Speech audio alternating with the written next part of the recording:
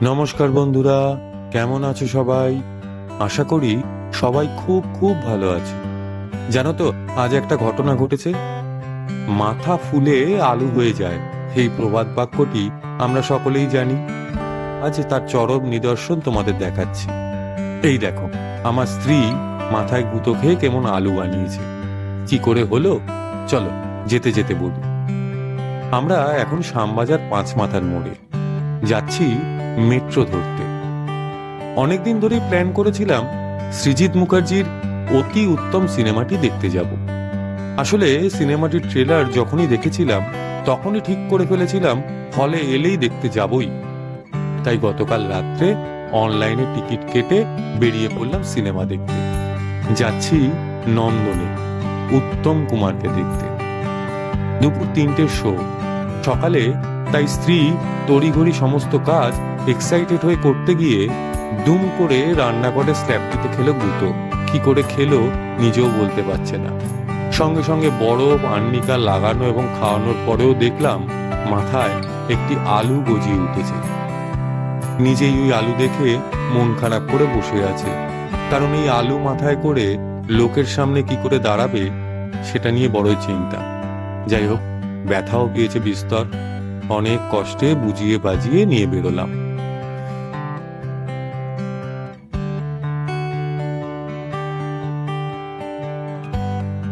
Rabindra Sadan metro স্টেশনে নেমে হাঁটা পথ আমাদের নন্দন। আমাদের কলকাতার সিনেমা হল বলে তো এখন আর কিছুই নেই, পুরোটাই মাল্টিপ্লেক্স। তাই সস্তায় পুষ্টিকর এবং সমস্ত মাল্টিপ্লেক্সের থেকেও সেরা হল আমাদের এই নন্দন বলে আমার মনে হয়।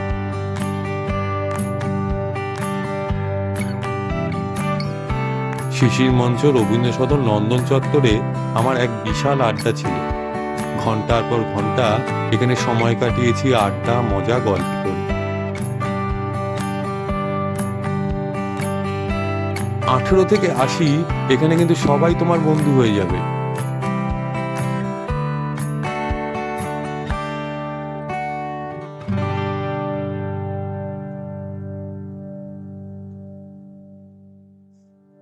আজ অনেক বছর বাদে ভালোবাসার এই নন্দন চত্বরে পা রাখলাম। খুব ভালো লাগছিল।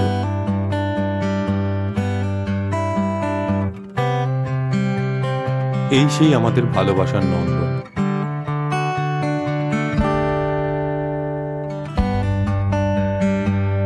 সিনেমা শুরু হতে এখনো মিনিট 15 বাকি, তাই একটু ফটো সেশন করে নিলাম।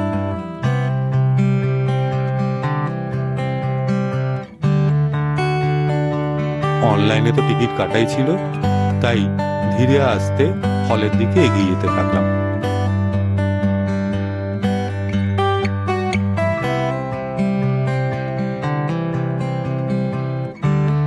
হলে ঢুকতেই চোখে পড়ল অতি উত্তমের পোস্টারটি। এরপর ধীরে ধীরে হলের ভেতর ঢুকে পড়লাম। মা দুর্গার অবয়বটি অসাধারণ লাগলো। আস্তে আস্তে উঠে গেলাম দোতলায়।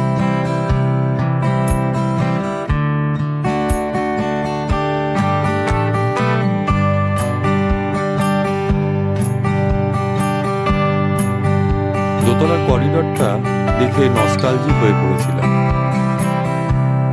এখানেও কিছুক্ষণ ফটো সেশন চললো আমাদের।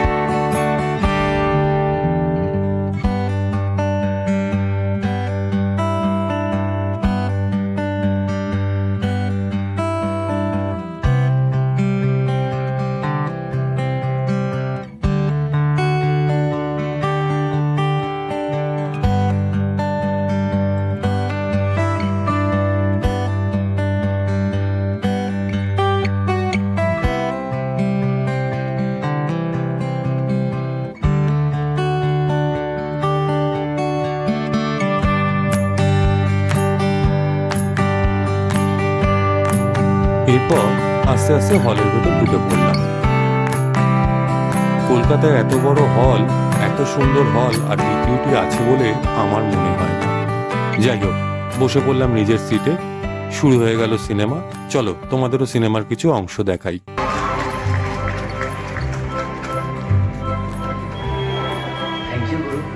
মানে স্যার, মানে আপনি যে সত্যি এভাবে থামো থামো ওসব বাজে কথা রাখবো। তোমার মানসিক অশান্তির কারণটা কি আগে বলো দেখিনি? ওই একটা মহিলা জনিত ব্যাপার আর কি। মহিলার এই ব্যাপারে আপনি কি চলপাত করতে পারেন? ভালো।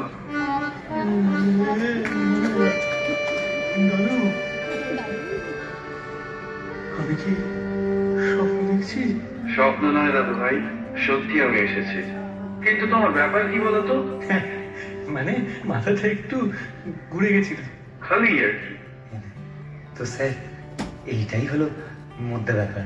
হ্যাঁ, তো এবার আপনি বলুন আমি কি করব, কিভাবে সৈনিকে, মানে আমার তো অ্যাটলিস্ট একটা চান্স পাওয়া উচিত।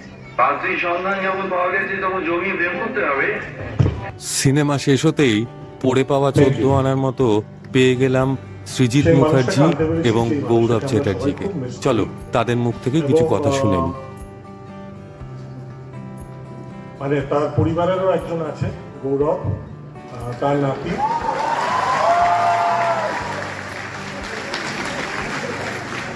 কিন্তু আমি সত্যি মনে করি যে বাঙালি মাত্রই উত্তম কুমারের পরিবার, কারণ আমি গল্প শুনেছি ওনার বাবা মার কাছে, দাদু দিদার কাছে, যে একটি মানুষ যদি একটি জাতিকে সিম্বলাইজ করে তাহলে সেটা বাঙালি জাতিকে উত্তম কুমার সিম্বলাইজ করে।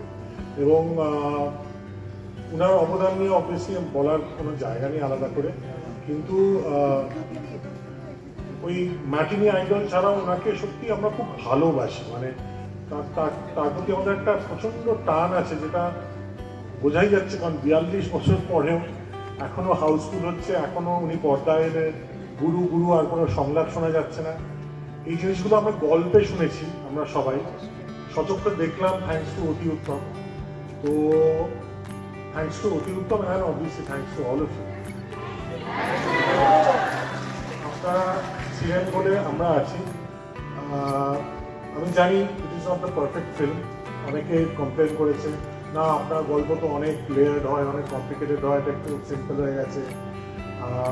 আসলে কাজটা এতটা কঠিন ছিল প্রযুক্তিগতভাবে, মানে এর থেকে কমপ্লিকেট করলে গল্প আমি ডায়লগ খুঁজে পেতাম না। মানে এই যে 56টা ছবি থেকে একটু একটু করে dialogue, so I had to keep the story very simple and predictable also, যাতে আমি এই ডায়লগগুলো মোটামুটি একটা কভার করে পেতে পারি। সেটাও 6 বছর লেগে গেল। তো গল্প যদি আমি চিত্রনাট্য কমপ্লিকেট করে সাজাতাম তাহলে হয়তো এই জীবদ্দশায় আমি অতি উত্তম দেখে যেতে পারতাম না। বাট যাই হোক, আর অতি অবশ্যই আমাদের দেশে রেস্টোরেশনের কালচার নেই, কাজেই যে ফুটেজগুলো ইউজ হয়েছে আমরা চেষ্টা করেছি যথাসাধ্য মতো ভালো কোয়ালিটির ফুটেজ বার করা, কিন্তু সেটা সত্যি অসাধ্য সাধন। অনেক ক্ষেত্রে হয়েছে যে মানে ফুটেজের কি মালিক সেটাই বুঝতে বুঝতে আমাদের 6 মাস 1 বছর কেটে গেছে, রেস্টোরেশন তো দূরের ব্যাপার। সো হোপফুলি এই সিনেমাটার পরে বাংলা তথা ভারতবর্ষে রেস্টোরেশন বা প্রিজার্ভেশনের যে কাজটা, যেটা আমরা প্রচণ্ডভাবে আমাদের অতীতকে আমরা সেটা মানে ইগনোর করি, সেটা হোপফুলি মানুষ আর একটু সিরিয়াসলি নেবেন, যেরকম বম্বেতে বা সাউথে বা ইভেন বিদেশে হয়। সেটা করলে পরের বার উত্তমবাবুকে বলতে হবে না যে আমি বহুদূর থেকে আসছি, তো তাই জন্য ঈষৎ আবছা দেখবেন, আবছাটা দেখতে হবে না। So thank you so much. বেরিয়ে পড়লাম সিনেমা দেখে। মুভিটি আমাদের মোটামুটি লাগলো, যতটা এক্সপেক্ট করেছিলাম ততটা না। ফ্যান্টাসি রোমান্টিক সিনেমা বলতে পারো। যাই হোক, আজকের যুগেও উত্তম কুমারকে দেখার জন্য সিনেমা হলে যে হাউসফুল হয়, সৃজিত বাবু কিন্তু সেটা প্রমাণ করে দিলেন। এরপর রবীন্দ্র সদন চত্বরে কিছুক্ষণ ঘুরলাম, অনেকের সাথেই দেখা হলো, অন্যদের খবরাখবর নিলাম। অনেকে আসে, অনেকে আশা ছেড়ে দিয়েছেও শুনলাম। শুধু এইটুকু উপলব্ধি করলাম, গল্প, হাসি, আড্ডা নিয়ে নন্দন চত্বরটি কিন্তু একই রকম ছিল, আছে আর থাকবে। শুধু সময়ের সাথে মানুষের মুখগুলো চেঞ্জ হয়ে যাবে। যাই হোক, এবার রবীন্দ্র সদনের সামনে কিছুক্ষণ ঘোরাঘুরি করে আমরা ধীরে ধীরে এগিয়ে চললাম।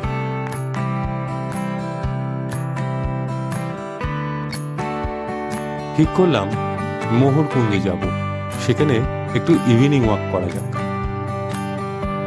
যেতে গিয়েই মোহরকুঞ্জের অপোজিটেই দেখতে পেলাম ভিক্টোরিয়া মেমোরিয়ালকে লাইটের আলোয় সজ্জিত। বাইরে থেকেই কিছু ভিডিও তোলার চেষ্টা করলাম।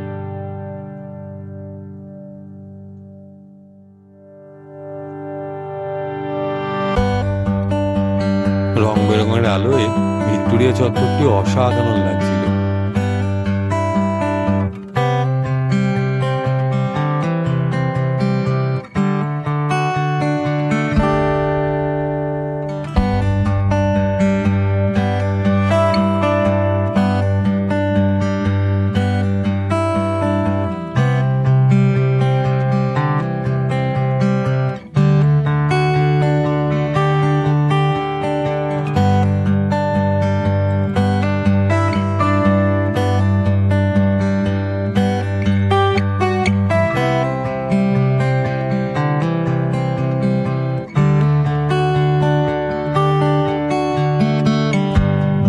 এরপর মোহরকুঞ্জের ভেতরে দুজনে হাতে হাত ধরে হাঁটতে শুরু করলাম। দূর থেকে দেখতে পেলাম দ্য 42-কে। 64 তলার এই বিল্ডিংটি রাত্রিবেলা অসাধারণ লাগছিল।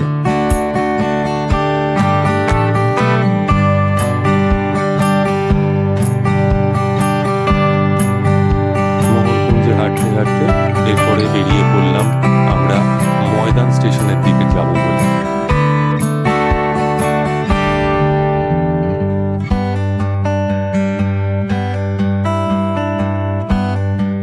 পথে পড়ল বিড়লা প্যারাডোরিয়াম। বিড়লা প্যারাডোরিয়ামকে অতিক্রম করে আমরা এগিয়ে চলেছি ময়দান মেট্রোর দিকে। কি জন্য যাচ্ছি সেটা নয় পরের এপিসোডে বলবো, তার জন্য আমাদের সঙ্গে থেকো। তাই tata, good night and bye bye.